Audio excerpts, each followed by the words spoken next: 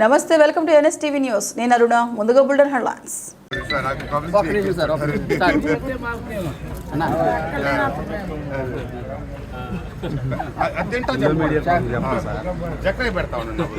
నువ్వు ఆగుతావా?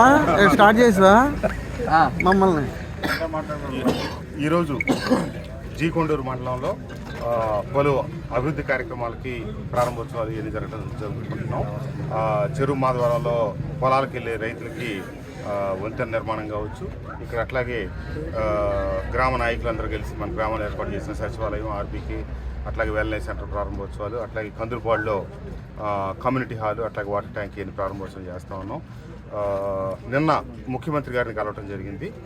నియోజకవర్గ అభివృద్ధికి సంబంధించి ప్రధానంగా జీ కొండూరు నుంచి గంగినేని వరకు ఏమైతే రోడ్డు ఉందో ప్రజలు అవస్థపడుతూ ఉన్నారు. ప్రజలకు చాలా ఇబ్బందికరంగా ఉంది ఆ రోడ్డు నిర్మాణానికి సంబంధించి. అట్లాగే మన కందులపాడు నుంచి నాగులూరు వరకు శాంక్షన్ అయినటువంటి రోడ్డు కానీ, ఈ రెండు కాంట్రాక్టర్లో కొంచెం బిల్లులు పెండింగ్ ఉన్నందువల్ల పనులు ముందుకు తీసుకెళ్ళట్లేదు. కాబట్టి వారికి ఎవరైతే పర్టికులర్గా ఆ కాంట్రాక్టర్లు అంటే ఇక్కడ బిల్లులు పెండింగ్ కాదు, వేరే ప్రాంతాల్లో బిల్లులు పెండింగ్ వల్ల వాళ్ళు ఆర్థిక నిధుల లభ్యత తక్కువగా ఉన్నందువల్ల పనులు స్లో అయినాయి. అవి అడిగాను, వెంటనే కార్యాలయ సిబ్బందికి పురమాయించారు. వచ్చే వారంలో వాళ్ళు పిలిపించి మాట్లాడి వాళ్ళ ఎక్కడ బిల్లులు పెండింగ్ ఉన్నాయో చేసి క్లియర్ చేసి ఈ రోడ్ల నిర్మాణం త్వరితగతిన మొదలెట్టించమని చెప్పారు. అతి త్వరలో ఈ ప్రారంభోత్సవం చేస్తాం. ఇదే ప్రధానమైన వ్యవహారం. ఒక 10 రోజుల క్రితం సజ్జల గారు పిలిచినా కానీ సీఎం ఆఫీస్కి రాకుండా హైదరాబాద్లోనే ఉన్నారని చెప్పేసి అని పలు ఛానల్స్లో ఒక బ్రేకింగ్ అయిపోయింది సార్. దాని కరెక్టే, అట్లా వచ్చిన మాట నిజమే.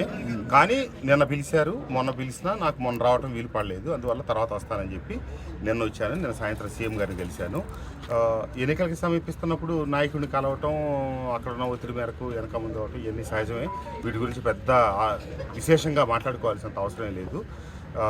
ప్రధానంగా నేనైతే నేను అభివృద్ధికి సంబంధించిన అంశాల మీదే ముఖ్యమంత్రి గారితో మాట్లాడాను.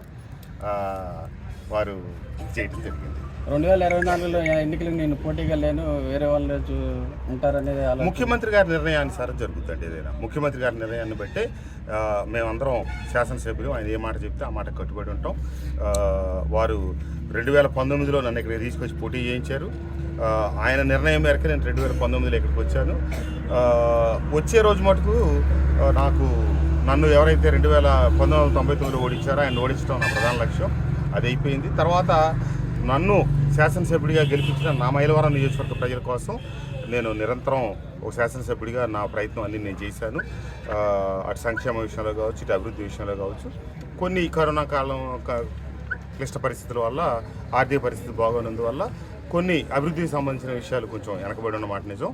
వాటిని కూడా వేగవంతం చేసి ప్రధానంగా ఈ రోడ్లు నిర్మాణానికి త్వరితగతిన పూర్తి చేయాలనే ప్రయత్నంలో ఉన్నాను. తప్పకుండా చివరి వరకు నా బాధ్యతలన్నీ నిర్వర్తిస్తాను. ఈ మధ్యకాలంలో ఒక రాష్ట్ర మంత్రి అయినటువంటి జోగి రమేష్ గారికి అట్లాగే మీకు పలు వివాదాల్లో అక్కడ చర్చలు జరిగినాయని చెప్పేసి అని ఒక సోషల్ మీడియాలో ఒక వైరల్ అవుతుంది సార్. దాని మీద ఎవరు ఇవన్నీ వైరల్ అవుతూ ఉంటాయి, వస్తూ ఉంటాయి. సోషల్ మీడియా ఈరోజు చాలా విస్తృతం అయిపోయింది. ఒకప్పుడు చాలా లిమిటెడ్గా ఉండేది, ఈరోజు సోషల్ మీడియా యూనివర్సల్ అయిపోయింది. అది యూనివర్సల్ ప్రాబ్లంగా కూడా మారింది. కాబట్టి ఎన్నో జరుగుతుంటాయి. నా పని నేను చేసుకెళ్తున్నా, వాళ్ళ పని వాళ్ళు చేసుకెళ్తున్నారు. అన్ని సమస్యలకి కాలమే పరిష్కరిస్తుంది. ముఖ్యమంత్రి గారి మటుకు నీ పని నువ్వు చేసుకెళ్ళిపో, నువ్వు మిగతా వాటికి అనవసర విషయాలు పట్టించుకోవద్దు. ఏదైనా సమస్య ఉంటే నాకు చెప్పు తప్పితే చిన్న వాటికి స్పందించొద్దని చెప్పారు. నేను అవన్నీ వదిలేసి నా పని నేను చేసుకోదలుచుకున్నాను. జోగి రమేష్ గారు నేను స్థానికంగా నేను ఎక్కడే మైలవరంలో ఉంటాను, నాకు మైలవరం సీటు కావాలని చెప్పేసి ఎంతో తాపత్రయంతో సీఎం ఆఫీస్ వదిలిపెట్టకుండా అక్కడే ఉన్నారు. దాని మీద మీ ఎవరు సార్? నేను నిన్న వెళ్ళాను, మరి నాకైతే అక్కడ కనిపించలేదు ఆయన. అంటే అందరూ రోజుల్లో కదా, మరి అక్కడే ఉండేది లేదు నాకు తెలియదు. నేను ఇందాక చెప్పాను కదా, ముఖ్యమంత్రి గారి నిర్ణయమే మా నిర్ణయం ఎవరికైనా అని. అది నాకైనా ఇతరులకైనా అందరికి వర్తిస్తుంది. ఆ మేరకు జరుగుతుంది. Thank you. నమస్తే.